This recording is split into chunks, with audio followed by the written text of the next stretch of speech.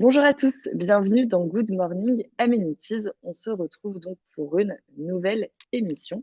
J'espère que vous allez bien. Aujourd'hui, la thématique est tout sur le classement hôtelier en 2021. Et donc, pour aborder cette thématique, nous avons une invitée de marque. Il s'agit d'Hélène. Donc, Hélène, je veux bien, que vous vous présentiez et que vous nous expliquiez un peu votre parcours. Bonjour Emmanuel, bonjour à tous. Tout d'abord, merci pour cette invitation. Je suis ravie de venir vous parler un petit peu du classement hôtelier en 2021. Pour ma part, je viens de l'hôtellerie. J'ai travaillé une quinzaine d'années dans l'hôtellerie, principalement sur le terrain. Donc, j'ai été commerciale, par exemple, au Concorde Lafayette. J'étais directrice adjointe des opérations dans un petit groupe hôtelier, directrice d'hôtel. J'ai travaillé dans la distribution également et aujourd'hui, ayant souhaité, retrouver un équilibre vie pro, vie perso, je travaille, en indépendante, donc pour le cabinet Advice et en parallèle, je suis inspecteur pour le cabinet CETIR, le Centre technique d'inspection réglementaire. Top. J'effectue donc des classements hôteliers, des classements d'hôtels et des classements de meublés de tourisme. Mais c'est très clair, en tout cas. Merci Bon, beaucoup je et vous en prie. je suis hyper contente aussi de vous avoir avec nous, pour le coup. Pour expliquer le sommaire, donc tout d'abord, on vous réexplique ce qu'est Good Morning Amenities. Très rapidement, c'est, eh bien, une émission spécialisée dans l'hôtellerie et l'hébergement en général, qui a lieu tous les mardis à 14h. Le but, c'est d'aborder une thématique dans la bonne humeur, de vous apporter des conseils, au maximum, pour faire en sorte, eh bien, que 2021 soit une merveilleuse année. Donc ça, c'est Good Morning Amenities. Aujourd'hui, on va donc parler, du classement hôtelier, en commençant par le classement des meublés de tourisme, comment mettre en avant son classement pour en bénéficier davantage et ensuite d'autres manières de mettre son établissement en valeur. Et à la fin, vous le savez, fin d'émission, il y a toujours un cadeau, pour, eh bien, notre communauté Amenities. C'est parti donc sur le classement hôtelier. Donc, Hélène, est-ce que vous pouvez nous expliquer tout d'abord qu'est-ce que le classement hôtelier? Avec plaisir.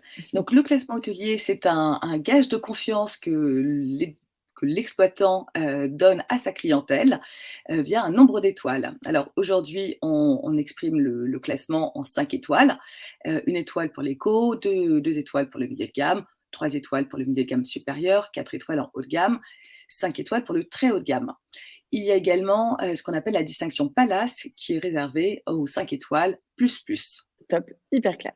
Du coup, en chiffres, qu'est-ce que ça donne, ce classement, hôtelier? Ça donne que 80% du parc hôtelier aujourd'hui est classé.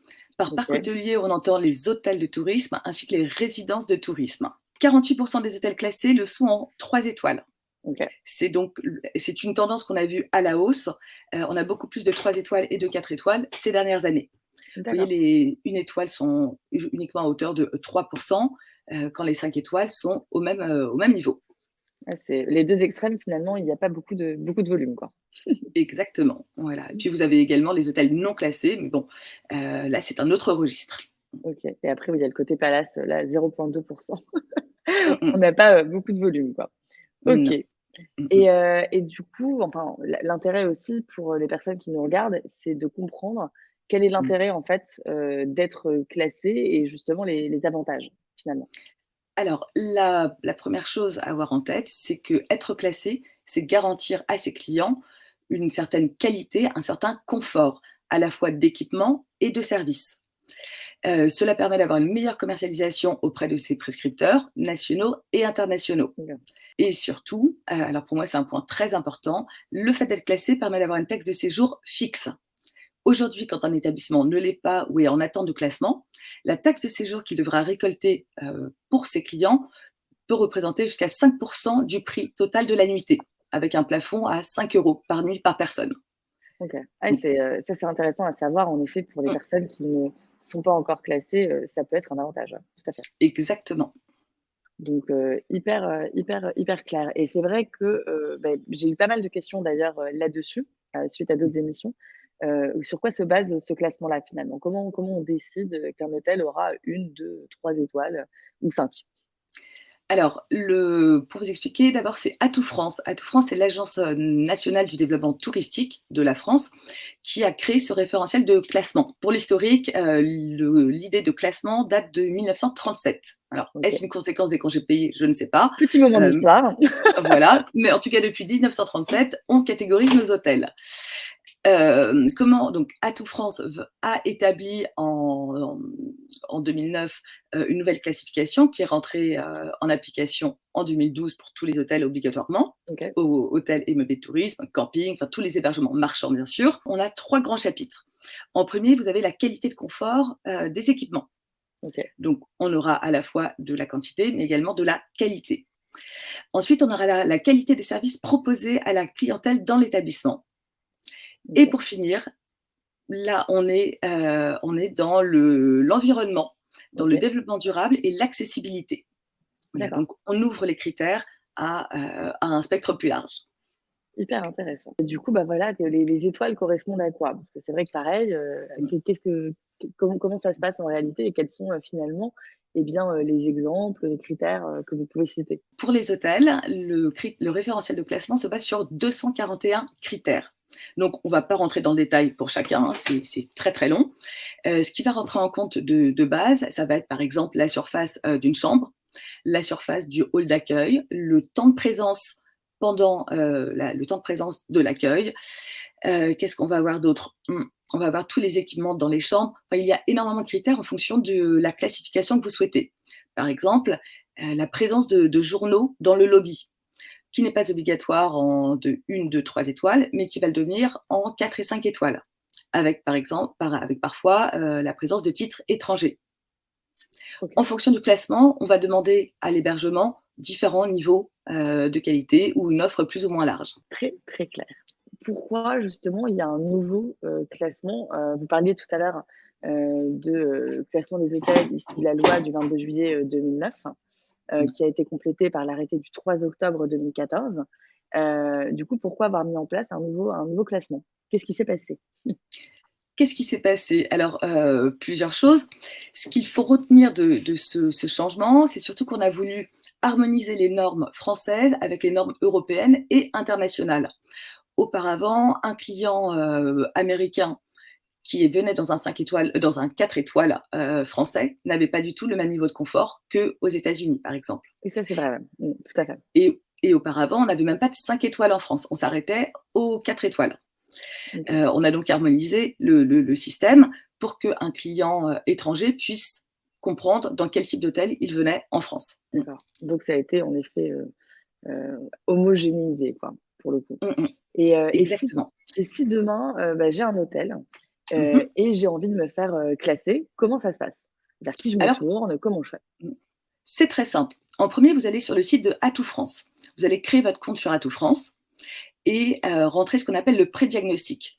La surface de vos chambres, le nombre de chambres, le type de bâtiment que vous avez. Vous allez donner un maximum d'informations sur l'hôtel. Ensuite, vous allez, contacter ce qu'on appelle un organisme de contrôle. Donc, ces organismes de contrôle sont des cabinets indépendants dont la liste se trouve sur le site Atout France. Moi, je travaille pour le CETIR.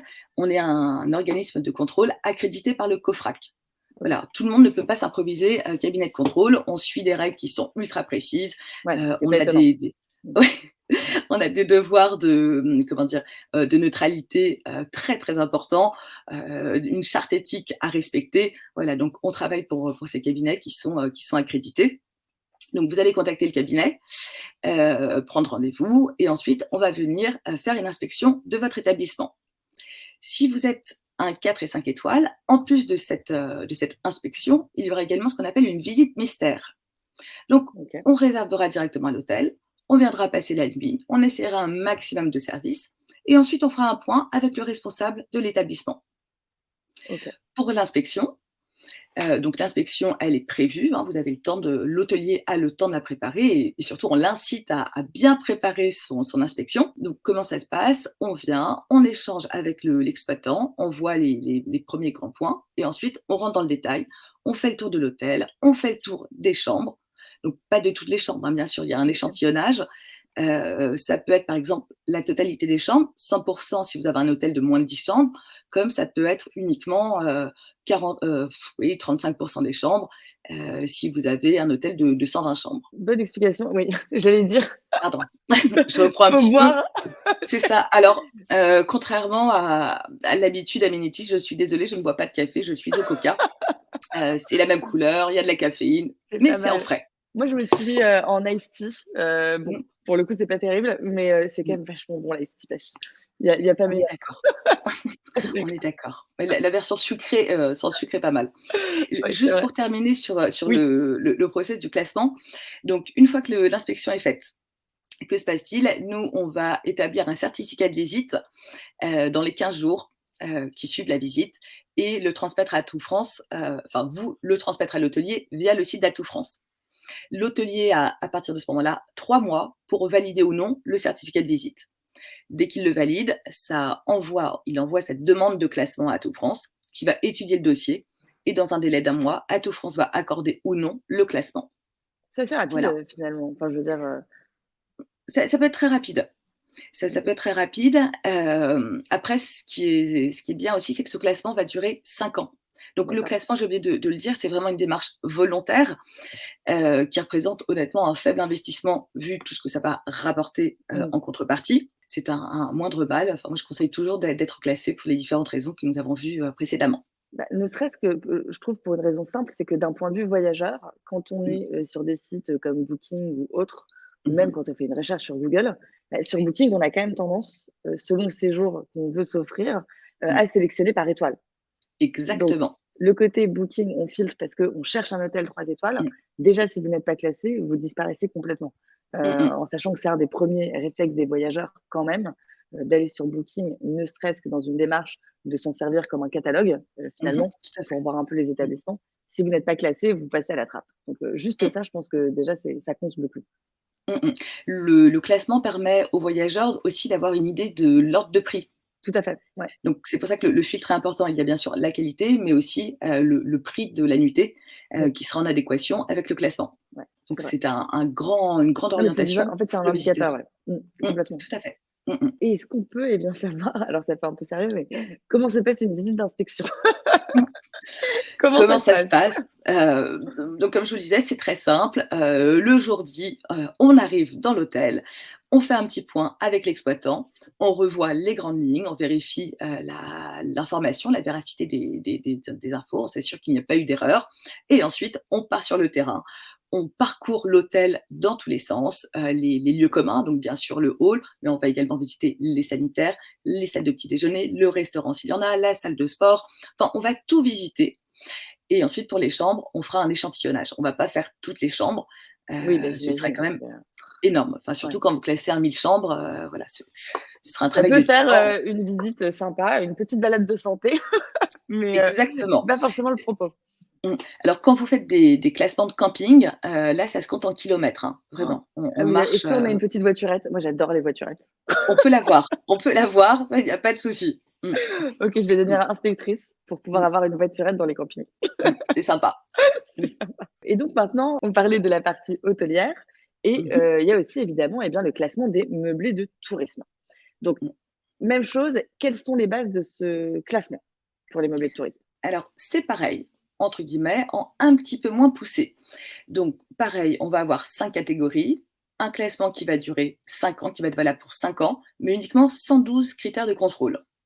En revanche, on reprend exactement la même architecture, l'équipement et les aménagements, les services aux clients, l'accessibilité et le développement durable. Tous ces critères sont en 2 formats, soit ce sont des critères obligatoires, soit des critères à la carte. Il faut donc à la fin de l'inspection réunir un certain nombre de points OK, donc qui sont validés par les critères. Si on n'a pas tous les critères obligatoires, on peut compenser par des critères à la carte. d'accord. C'est pareil pour les hôtels. Ce qu'il y a à noter, c'est que certains critères obligatoires ne peuvent pas être compensés. Oui, Voilà, ce il qui y en a paraît très peu. logique. Mais Sinon c'est plus juste, mais OK. exactement. Ce référentiel, il est neutre, il est factuel. On ne peut pas mettre de je ne Heu, trouve pas le terme, oui, auquel je pense, hein. objectif? Voilà, merci. C'est ça. Pyramide en 3. Exactement. Voilà, le classement est ultra objectif. C'est on constate à l'instant T, ce qu'il en est. Alors pour Génial. info, ça j'aurais pu vous le dire avant, jusqu'en 2009, les inspections étaient réalisées par, les préfectures de police OK. et les classements étaient valables ad vitam aeternam. Donc il y avait pas mal d'hôtels aussi qui se sont un petit peu laissés aller, enfin pas qui se sont laissés aller, mais qui n'ont pas suffisamment réinvesti dans l'entretien et dont les étoiles n'étaient plus méritées. C'est pour ça que maintenant on a créé cette durée de validité, du De 5 classement. ans? Ouais. Exactement, et donc comme il y a plus de volume, on a confié à des cabinets externes, les inspections. OK. Hyper Voilà. intéressant. C'est Mmh. vrai que c'est un sujet qui est passionnant et je pense qu'on ne le sait pas forcément, en fait, même quand on est du milieu de l'hôtellerie. Enfin, Mmh. on est informé, on a une notion évidemment de ce que sont les étoiles, mais tous ces détails, sont Mmh. quand même hyper, hyper intéressants, quoi. Mmh. Bah, Ouais, après on a une déformation professionnelle, c'est-à-dire qu'on va à l'hôtel, on sait directement, ce qui va, ce qui ne va pas. Ou quand je ouais, regarde sur Instagram, donc je suis beaucoup d'hôtels et de maisons d'hôtes, bah, j'imagine, ouais. je peux pas m'empêcher de voir, bon, bah, tiens, le critère 36 est respecté, le critère, 28 l'est et donc maintenant j'ai décidé de le mettre en commentaire, voilà, ça donnera, Mais plus non, c'est d'idées à génial! chacun. Et C'est j'ai top. un petit fil, Instagram aussi justement où j'explique tous les critères. Donc c'est Advice, Hadweis. OK. On reprend en fait, je reprends tous les critères, des meublés de tourisme. Ah mais c'est top! OK, Voilà, donc bah, allez j'illustre. suivre. J'illustre avec des photos de biens que j'ai moi-même classés. Ah génial! Voilà, Et donc bah, c'est, Amenities va me follow. mmh, Comme ça, je bah, vais avec regarder, plaisir. Mmh. un peu Le tout ça. classement, on rentre dans le détail, très souvent, hein, il y a Mais, pas je que pense du qu'il faut une glamour. bonne, oui, non, Mmh. alors c'est pas hyper glamour, mais bon, en même Non. temps, c'est pas très grave. Mmh. En revanche, c'est il faut une super bonne mémoire, quoi. Mais c'est un bon exercice, c'est un très bon exercice.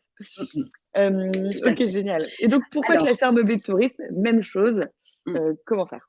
Alors là, c'est encore plus important. Pourquoi classer un meublé de tourisme? En général, on n'a pas énormément de chambres, c'est soit on a un meublé de tourisme, en revenu complémentaire, soit c'est devenu votre activité principale, quel que soit le régime, que vous utilisez, enfin que l'exploitant utilise, le classement a énormément d'atouts.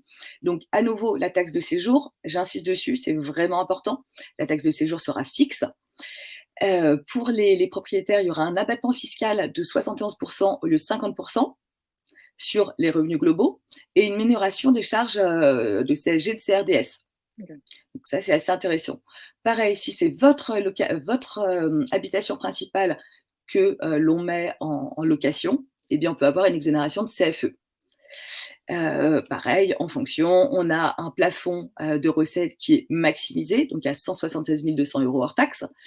Donc vous pouvez vendre, beaucoup de nuitées, hein, accueillir énormément de voyageurs et pareil, ce classement vous permet de vous valoriser de manière commerciale et garantir à la clientèle un Ouais. certain niveau de confort. Pour finir, point important, en étant classé, vous pouvez adhérer à l'Association nationale des chèques vacances Ah et oui, donc quand même. accepter les chèques vacances en Mmh. règlement, ce qu'un meublé de tourisme C'est un non gros classé ne peut plus. pas faire. Ça, Mmh. c'est quand même un gros, gros plus. Ouais. Voilà.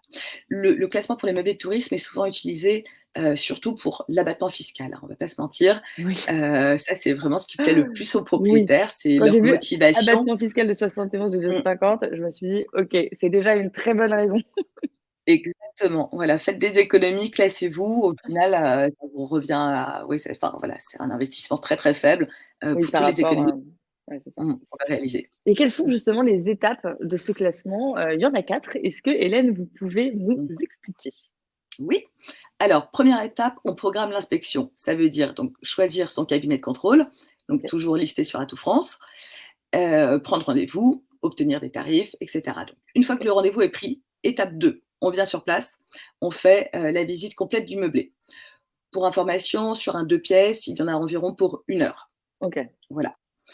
Après, on doit, nous en tant qu'inspecteur, on va vous remettre, notre rapport. On a un délai de 30 jours. Ah Hem mais c'est pire qu'un résultat d'examen. Complètement, mais là, ça peut être très rapide. Nous, enfin, voilà, on peut, vous l'envoyer le lendemain ou le soir même, tout dépend de l'inspecteur et de OK. son fonctionnement, hein. Voilà, nous, en général, on préfère le faire rapidement. Une chose bien à savoir, c'est que si par exemple, on était dans votre meublé de tourisme et on a constaté que vous n'aviez pas le kit complet pour la cuisine. Il vous manquait par exemple, le tire-bouchon ou l'ouvre-boîte. OK. Vous avez 15 jours pour aller acheter cet ouvre-boîte ou ce tire-bouchon et nous en envoyer la preuve. Donc facture, photo, prouvez-nous que vous avez pu rectifier le tir et dans quel cas on peut valider les points du critère.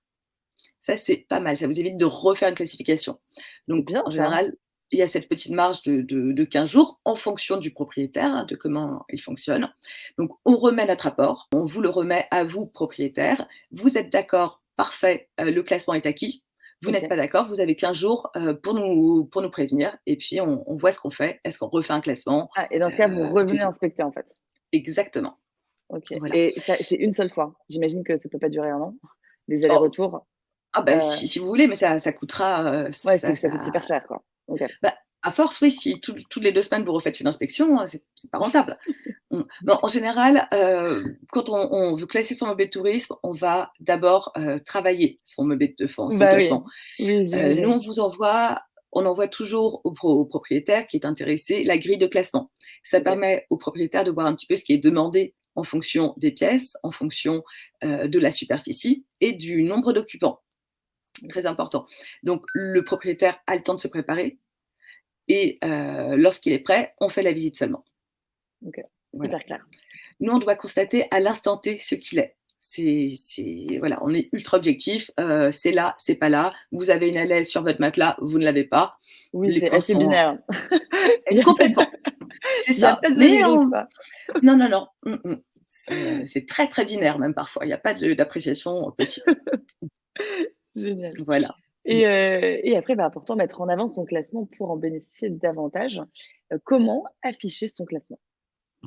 Simplement en mettant un panonceau.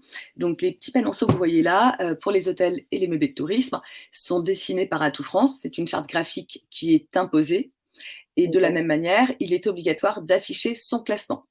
Donc en tant qu'hôtel, le client lambda qui passe devant l'hôtel doit pouvoir voir, sans entrée, quel classement vous avez. Voilà.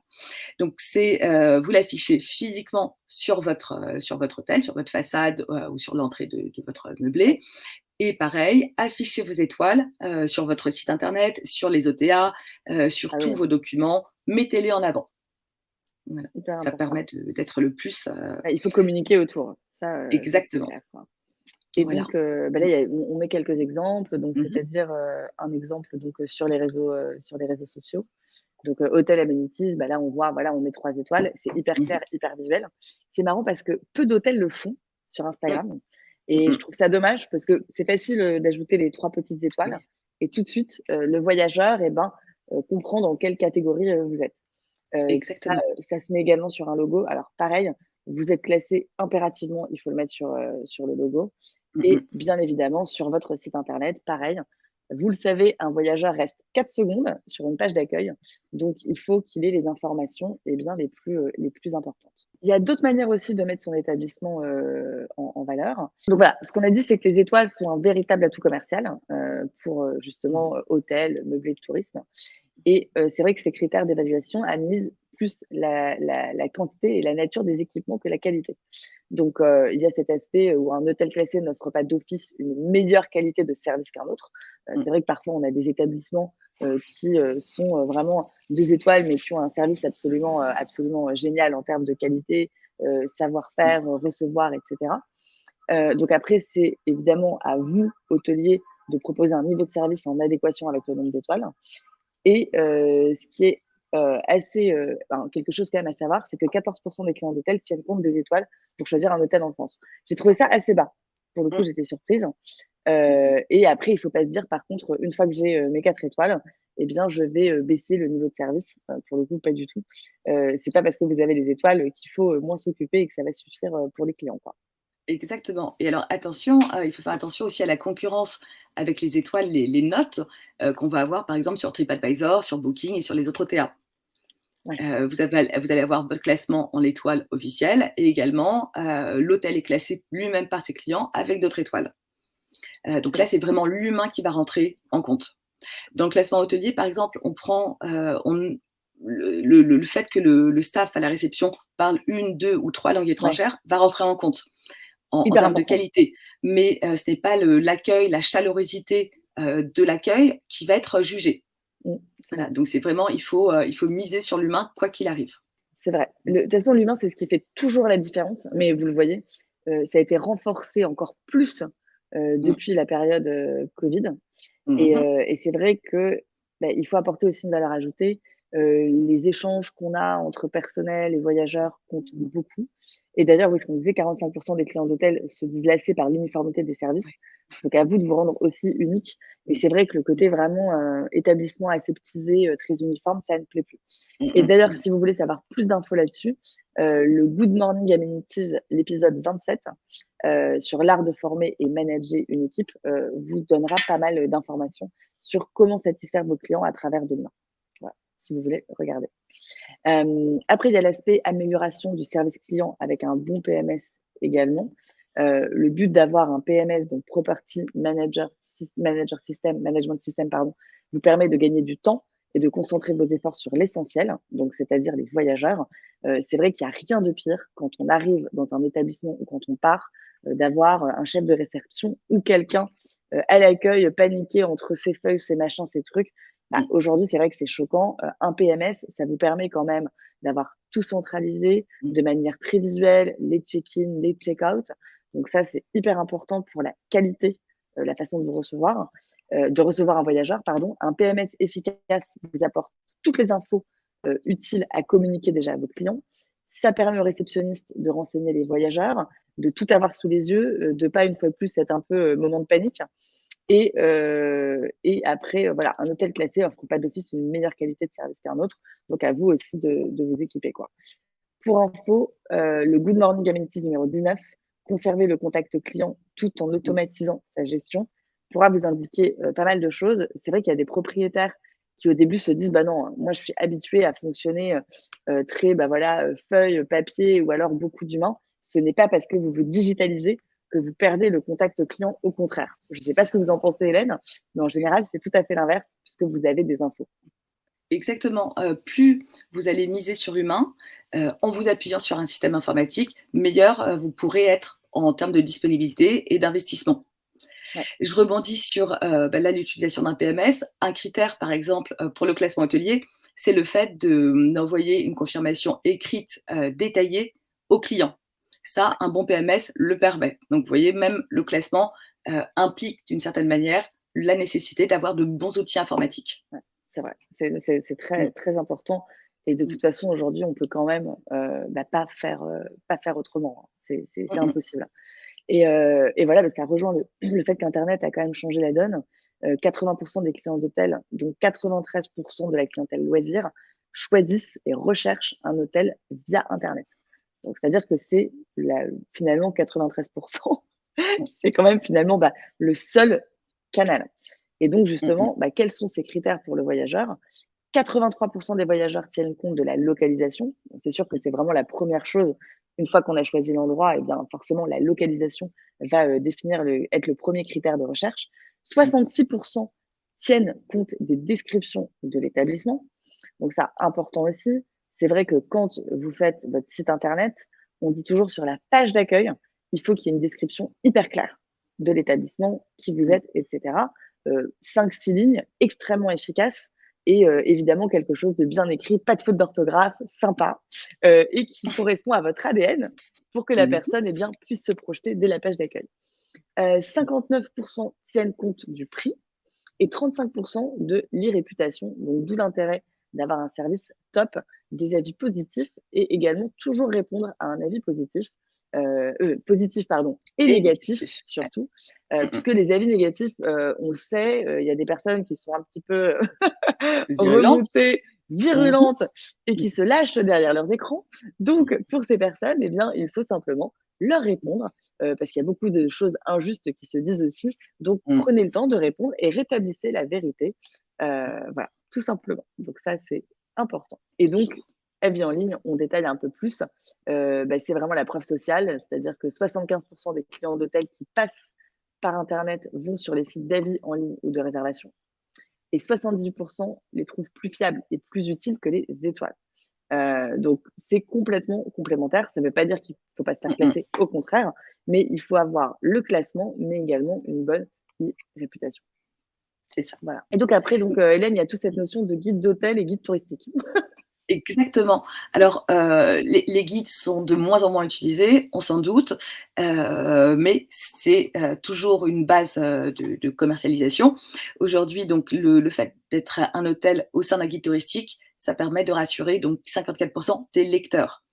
Dans un guide touristique, vous allez toujours afficher vos étoiles. Ainsi, le client, le prospect, saura exactement quel type d'établissement vous serez et s'il peut réserver chez vous. À titre informatif, ça je trouve c'est une stat plutôt sympa, 68% des lecteurs utilisent le Routard et 28% le guide Michelin.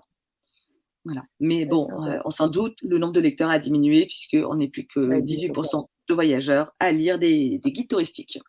Pas étonnant avec le web, d'où l'importance d'avoir une super stratégie digitale. Exactement. Et donc, pour conclure cette émission, eh bien, même si les voyageurs semblent y prêter de moins en moins d'attention, le classement hôtelier, ça reste essentiel en France. Donc, il faut garder à l'esprit qu'il ne se suffit pas lui-même. Il faut apprendre aussi à le mettre en avant, puisque c'est génial d'être classé. Il faut avoir une belle communication autour. Et après, faire des choses complémentaires. Donc, un superbe site internet, gérer ses avis en ligne, une vraie stratégie digitale et commerciale, être sur, par exemple, Booking, Expedia ou un autre canal, un moteur de réservation en ligne pour permettre aux 80% des voyageurs qui ne veulent pas passer par le téléphone, mais veulent réserver en ligne, de réserver en 3 clics. Donc, il y a pas mal de choses à mettre en place et toujours garder à l'esprit que la satisfaction de vos clients, eh bien, c'est ce qui a quand même le plus de valeur. Donc, le moment du cadeau, qui est mon moment préféré, le cadeau de la semaine.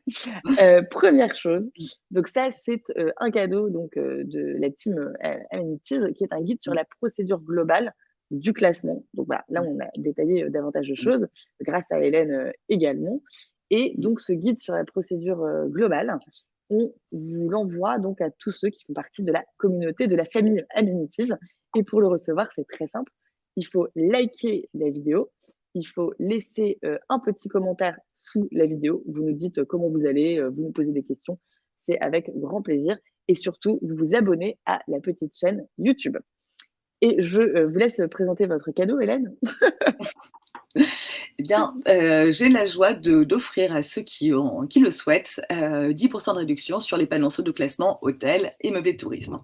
Si vous voulez d'autres panonceaux, par exemple résidence de tourisme ou camping, il n'y a pas de souci, je peux les proposer également. Voilà. Hyper sympa. C'est très, très, très gentil, Hélène. Et pour le coup, l'émission est terminée. C'était top. Merci beaucoup, Hélène, d'avoir participé. Merci à vous. Ça se voit que vous êtes une machine du classement. Je suis factuelle. C'est très factuel, c'est carré, c'est parfait. Non, vraiment, c'était hyper clair. Merci infiniment. Et puis, merci aussi à tous ceux qui nous ont regardés. J'espère que vous allez bien et surtout, prenez soin de vous. C'est le plus important. Et je vous dis à la semaine prochaine. Au revoir. Merci.